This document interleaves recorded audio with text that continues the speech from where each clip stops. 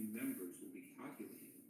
And third, a number of other issues that we need to put the proposed plan into effect from. I filed with the court my proposed distribution plan. That is my proposal to set the framework for a number of things. First, what will be included in a claim. Second, how refunds to members will be calculated. And third, a number of other issues that we need to put the proposed plan into effect from a legal perspective. In this town hall, I'm going to cover the key features of my proposed plan and then answer some questions we've received. First, I'm going to discuss what's included in a member's claim. Second, I'm going to explain how we are calculating refunds to members, referred to in the plan final and is subject to change until the court makes a decision. I've already started going over the feedback we've received in the user portal. You have until August 26th to submit that. And you'll see a box to do that at the top of your user portal when you log in. I'll submit that in the aggregate to the court on September 10th with all your personal information removed. So it's all going to be anonymous. And that's when the other response briefs are due from the CFTC and from Mr. Alexander as well.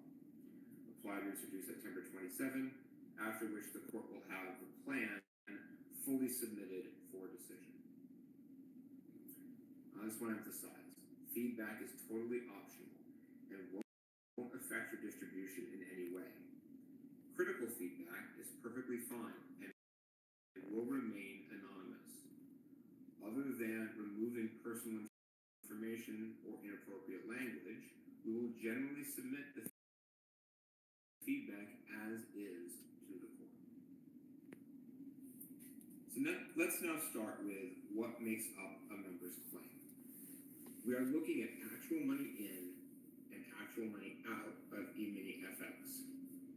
Sometimes that money was deposited as Bitcoin, mostly using coin payments. Sometimes that money was deposited as cash at a bank or wired to the bank. Sometimes that money was given as actual cash currency to Eminifx personnel. And those are the kind of deposits that we're looking to validate and credit to members.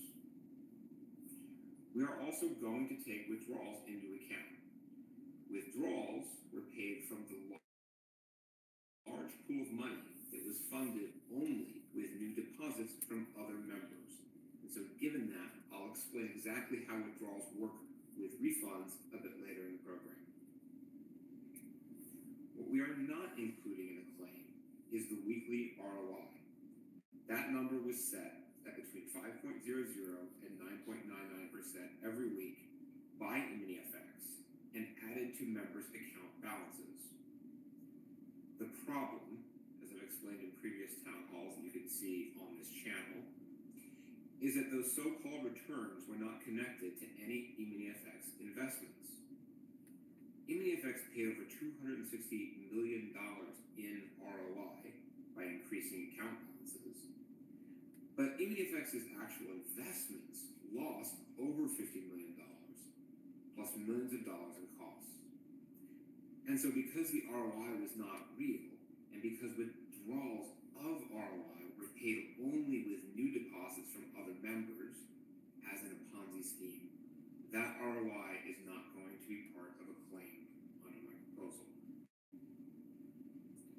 We are also not including in a claim the referral and sponsor bonuses.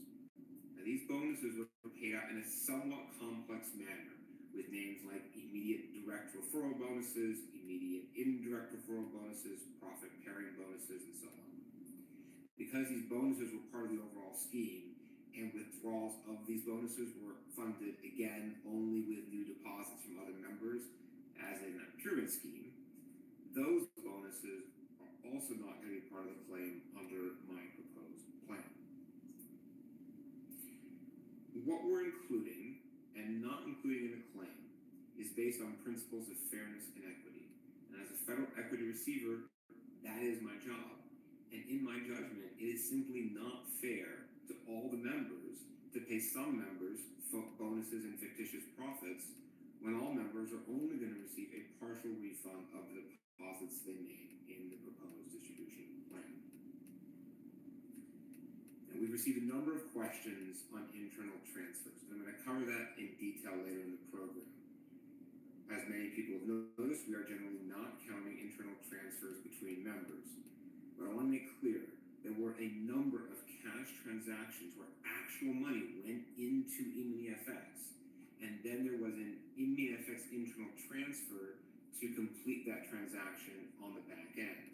Now, if we can see and validate actual cash coming into Eminifx, we are working to credit those transactions. And I will also say that the members' interaction with the user portal has been tremendously helpful to help for us in validating those types of transactions. Let's turn now to how we calculate distributions. This is a little complex, but I'm going to try to make it as simple as I can for this video, but I encourage everyone to go to the website at eminifxreceivership.com. There's a distribution plan page, and there's a chart that has some examples that may also be helpful for you to see. But why don't we start with how we calculate the percentage. So we start with an initial distribution percentage, and I'll set that sometime probably at the end of this year. This is the rising tide percentage that will increase over time. Then we take that distribution percentage and multiply it by the total deposits the user made, and then we subtract any withdrawals. So that's a lot, but let's start with the simplest calculation. Members with no withdrawals, and that's by far most members. We take the distribution percentage and multiply it by the total deposits. So if a member deposited $8,000 in January, $2,000 in March, they would have a total of $10,000 in deposits and no withdrawals in this example. So if the distribution percentage is set at 30%, at least to start with, that member to start with will get a $3,000 distribution under their proposed plan, because 30% of 10,000 is 3,000. Now I expect that I will increase the distribution percentage from time to time, and I'll explain a little about why that is in a moment.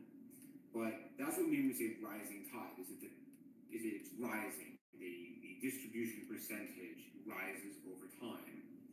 So to keep going with this example, if the percentage starts at 30% and goes up to 40%, that's an additional 10%. It's 10% more. It's an increase. And so the member who deposited $10,000 and already received $3,000 will now get an additional distribution of $1,000. That's a total of $4,000. So the member in this case is deposited $10,000, received 30% in the first distribution and 10% in the second distribution. That's $3,000 and $10,000 for a total of $4,000. Now that's for members who only have deposits. Some users have also received withdrawals. I have proposed a rising tide plan, which means withdrawals are treated like advances on distributions. So if we go back to the same example, the user who made $10,000 in deposits, but let's say that member also actually did withdraw, and they withdrew $2,000. So they deposited 10, but they withdrew 2,000 before Eminifx was shut down. If the distribution percentage is 30%, that member should get a $3,000 refund, but they already received $2,000 before the shutdown, which means that to get to $3,000, they need an additional $1,000 on top of the two they already received to get to a total refund of $3,000. Now, that's a lot of numbers. If you visit our website again at eminifxreceivership.com and you go to the distribution plan page, we've got a chart that shows you how this works with a few examples. We considered and did not use a net investment plan. We explain this in the distribution plan and on the website as well. I'm not going to get too into those details because it gets very technical, but I can say that for users who do not have withdrawals, and again, that is again most users, the distribution percentage under rising tide is higher than under net investment. And so what that means is, under Rising Tide, users who didn't withdraw any money before Eminifx was shut down and I was appointed, they'll get more money under a Rising Tide plan if you didn't withdraw any money before the shutdown. Again, if you go to our website, you'll see more information about how that works. So we've talked about multiple distributions, and that's part of the plan. One question we've received is, why are we doing it in multiple distributions? Why not just do everything all at once? And the reason is I need to reserve funds. So I need to set aside funds to make sure that the receivership can satisfy all of its obligations. And there's two big buckets for reserves. The first is disputed transactions. We're completing our review of the many thousands of disputed transactions. We've been able to resolve many disputes, thousands of transactions, and that usually means we've been able to validate a deposit that a member added, which means it'll be part of their claim now. We still expect that about 10 to 15% of members will still have disputed transactions that will need to be resolved, and some of those may need to be submitted to the court for resolution if we can't come to an agreement as part of this process.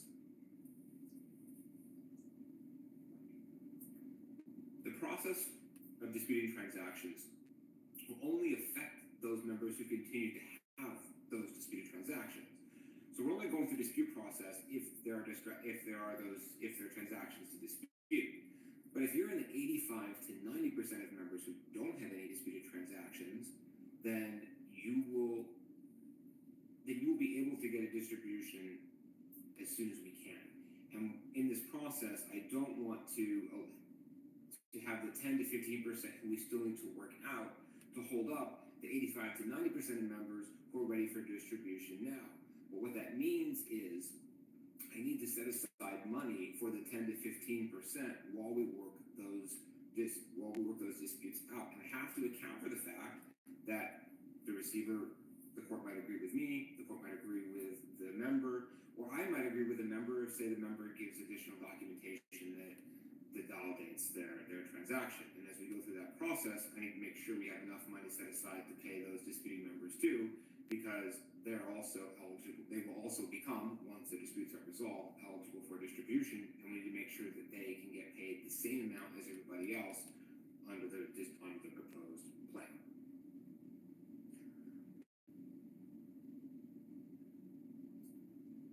We're going to have a separate town hall that's going to focus on claims and objections and disputed transactions in early October. We're going to use the portal for users to be able to interact with the disputes, to see them, to resolve them. We're going to also use the portal for methods of distribution and how you're inputting your payment information. And so we're going to have a whole town hall in a couple months. Once we release Portal 2.0, you get a chance to see it with all the data that we've been able to put into there, what you need to do and how you need to do it. So there will be more on that. This town hall is really just focused on the plan that we filed on Friday and getting the plan approved. So I mentioned disputed transactions is the one big bucket, and making sure we have enough for everyone, even the one users who are working out their transactions. But the second big bucket for reserves is taxes. We've got a lot of questions and confusion about this. There's only so much I'm really permitted to say publicly, but I'm going to do my best right now to explain what I can. Because under federal law, I have an obligation to pay taxes of both Eminifx and the receivership, and they have priority. And that's a matter of federal law. It's not something that we choose. Many of you have asked why we would have any potential liability if Eminifx did not invest your money, or if those investments that did exist actually lost money. That's because of the way that Eminifx was structured. All of the contributions, hundreds of millions of dollars that members made as deposits, could be treated as revenue by the IRS. Again, that's related to Eminifx's pre-receivership corporate structure. And that's what's causing the potential tax liability. So we're trying to use the investment losses as well as the conversion to the settlement fund when I was appointed. I'm going to be too technical, but basically we're trying to take take all that revenue and see if we can offset it with things like investment losses and the creation of the settlement fund. Because so much of the because so many of these losses happen because of the change in value in the coin payments account, in the Bitcoin and the coin payments account between really January and May of 2022. We have to make sure that the IRS will let us use those tens of millions of dollars of losses to eliminate as much of the tax liability as we can. But until then, we have to set aside enough money to pay taxes if we end up owing them, depending on what the decision is. We have been working, as I said, in some of our status reports with the IRS to attempt to resolve this, but that can be a very lengthy process, and I cannot promise any one outcome. I hope that the IRS agrees with us and that we can get taxes as low or even eliminated, especially pre-receivership and even for the settlement fund for the 2023 tax year. If we can do that, we'll be able to take the money we set aside to pay taxes and distribute that money to Eminifx members. That's, again, my hope. And my hope is to get as much money to members as I can. But either way, whatever result we receive with the IRS, that's going to be reported in a public filing with the court. So we can't right now I can tell you what's appropriate to tell you right now, which is that we're going through the process, but there are taxpayer privacy issues that we need to respect. But once we have an actual result and we know what the answer is, that is going to be posted in a public filing with the court, so you'll be able to see what result we achieved, and then if we have reserves to release, we'll release reserves and I'll send additional money back to members if I can. I want to turn now to the convenience clause. We've had some people ask questions about what this is and how this works. So we have a lot of members who deposited $1,000 or less. There's a lot of members, but if you look at the total deposits, it's actually only less than 5% of the total deposits. And so we're talking about a lot of members, but not a lot of money relative to most of the other members who deposited the other 95+% of the deposits. There is an administrative cost to distributions, and so I really want to minimize the number of distributions we're making on these smaller claims in order to save administrative costs. Under the proposed plan, I'll make a one-time distribution to those members, so instead of multiple distributions over time. But in order to balance the fairness, the distribution percentage will be higher for those folks, for the convenience class folks, than the other members, but that's because they only receive one distribution. But on the flip side, my expectation is that that percentage will be lower than the total percentage that everyone else will receive. But that's to account for the fact that they get money earlier than others, and that's the balance that we're striking with the convenience class. This group will affect a large percentage of the members, but again, it really is a very small amount of total deposits, so it doesn't really affect the amount we have available to distribute very much by having this convenience class.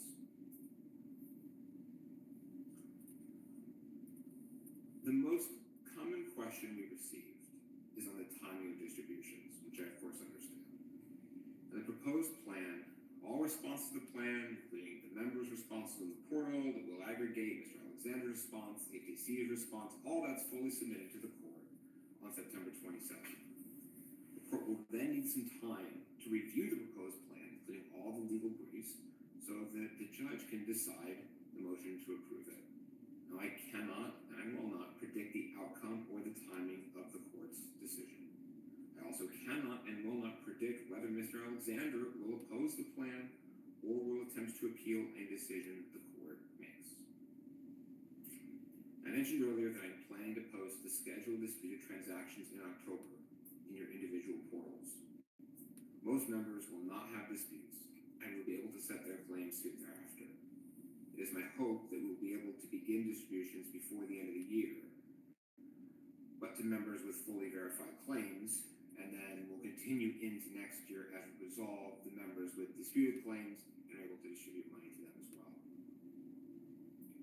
For those members who have disputes, we will continue to have town halls and we'll have instructions for how to resolve those disputes, how we all work with the updated portal that we'll release in October.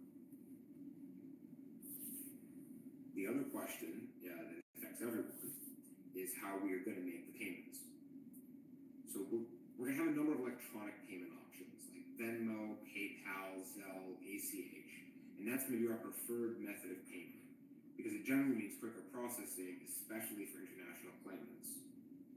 We will have the ability to send a paper check via the mail to U.S. addresses. So when we launch the portal, the revised, updated portal, user portal in October, we're going to have a section right near the top where members are going to be able to enter their payment information, which will include, again, those options for Venmo, PayPal, Zelle, ACH, or an option for a paper check for U.S. addresses. And you'll be able to validate your payment information on that user portal. We'll send everyone an email with instructions for how to do that. We'll post information on the website.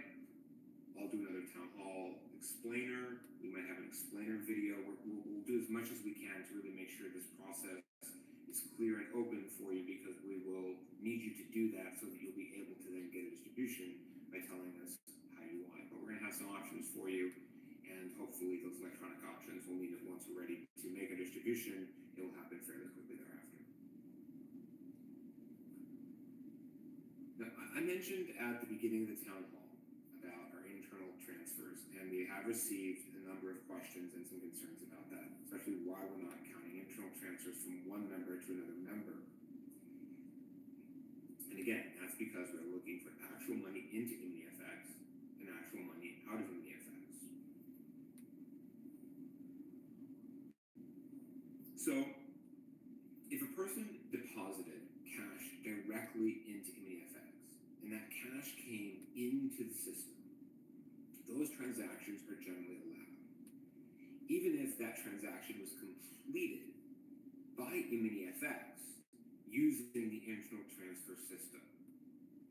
And we're looking case by case to make sure that the cash deposited actually came into the Eminifx system for those members.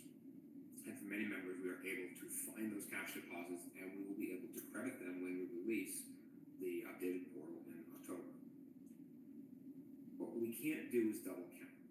So if an internal transfer is simply between two Eminifx members, but there is no actual money going into the system, we cannot credit that as an internal transfer because we'd be assigning the same transaction, the same deposit to two members and essentially double counting it.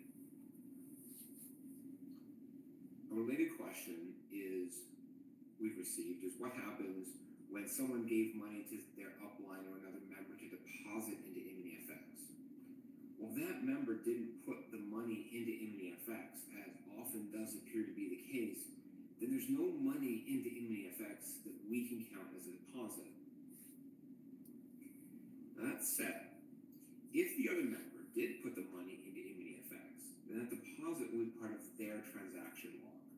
And so it's up to them, that member, to reassign all or part of the deposit to you because you gave them part of that money. And we had the add member function in Portal 1.0, and we have been using that because we had a lot of responses. People really did use that to reassign the transactions we requested, and you'll see that when we update the portal in October. Now, let's say the other member did put your money into the system, but didn't add you as a member back when we had the initial portal submissions. We are going to have an option for a brief period because we need to get done with the distribution. So it's going to be brief, but at the beginning of the revised portal, it's going to allow the other member to request that we reassign the transaction to you to resolve the dispute.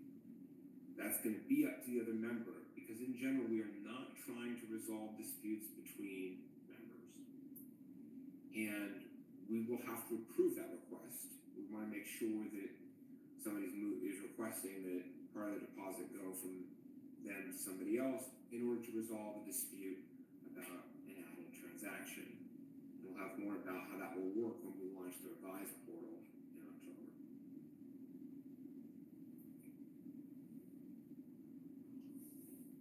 One question members have asked us is how they will know if they're eligible for a distribution. And that, as mentioned a few times, is going to be in the updated user portal, which we're going to update around October, and that's going to indicate if members have any disputed transactions or if their account is ready for distribution. When I announce the rising tide percentage, assuming the proposed plan is approved by the court, to wait for that to happen too, you'll see that on your user portal. Now at that point, we'll be able to distribute to members who are eligible and who have given us valid payment information, which they'll be able again to do on the revised user portal that we're going to launch around October. Now, there will be some members whose transactions are all resolved, but because of withdrawals, they withdrew more money than their distribution would be under the initial rising tide percentage. Now, if I increase the rising tide and that member becomes eligible because their withdrawals are now less, that member becomes eligible for distribution in the second round using the formula. If you go to the website, under the distribution plan, we've got our table. You'll see an example for how this works. A small number of members may have a hold placed on their account. This might be because that member was an insider or has a second account that is a net winner, which I'll discuss in a bit, or who we are otherwise investigating that member. This will not affect the vast majority of members, and if there is a hold, that information will be placed on the updated portal in October, and we will be working with the folks who have holds. But again, that's not going to affect many people. We've been asked questions about interest and inflation adjustments, especially for those who borrowed money to invest. The short answer is no. We are not going to make interest or inflation adjustments. Eminifx operated on a relatively short time scale. We're refunding a percentage, deposits only. And so as a result, there's really no interest or inflation. We're just trying to get back as high a percentage of the actual deposits as we can. Now, I've been asked a lot how I'll be setting the distribution percentage. And so I'm going to start with a conservative number to make sure we have enough money set aside to pay all our obligations in the worst case scenarios. But as we resolve those issues, or if we recover additional funds, I will continue to increase the distribution percentage. And then at the end, once we're ready to close the case, I will calculate an amount for a final distribution based on how much money we have left at that point.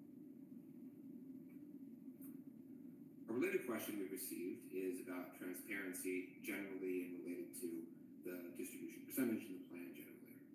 So when I set the distribution percentage, I will file a notice with the court and I'll put that percentage on the website.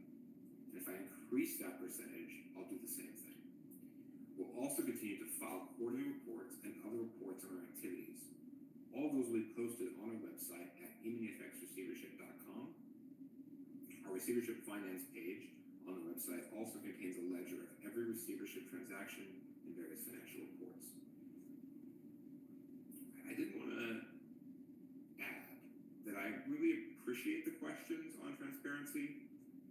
On our website, at the bottom of the town hall page, we have a link to the SEC's investor.gov pages. There's one on Ponzi schemes, there's one on pyramid schemes, and I've mentioned them before in town halls, and I want to again encourage everyone to review those. And I want to encourage everyone to ask about transparency when considering new investments. The investor.gov website warns about investments with very high returns, very little risk, and secretive complex strategies. So again, I encourage everyone to read those web pages, especially when thinking about new investments, and they're linked to on our town halls page. We've been asked what kind of feedback we're looking for on the distribution plan. In general, it's really about the plan itself. So I think that is where the feedback is probably going to be the most useful. That said, I am not going to tell people what they should write in the feedback. That's really up to each member who chooses to submit feedback. This is intended as a way for members to provide feedback to the plan in a way that can be read by the court and organized and sent to the court. But this is totally optional. And whether you submit feedback or whether you submit positive or negative feedback, doesn't matter. That will not affect my treatment of your claim. The one thing I would ask, though, is please don't ask questions in the feedback.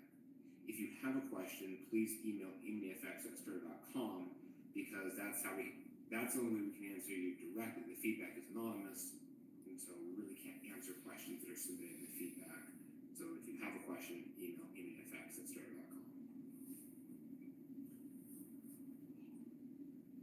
So a couple more questions that we received, and I want to talk about one more issue. So first, claims. We've been asked what members should do if they haven't received an update of their claim on the portal or via email. It's totally normal, and that's what's to be expected. Instead of doing it piecemeal, we're going to revise all members' transaction logs at the same time when we update the portal, hopefully in sometime in October. And so please make sure to check your email and the website around then, and you'll be able to log on and you'll be able to see your revised transaction log at the same time as all the other tens of thousands of Eminifx members. Now, we've also been asked what we're going to do about people who withdrew more money than they put in. Now, I do have authority under the existing order to bring lawsuits to recover from what are called net winners. That's people who withdrew more than they put in.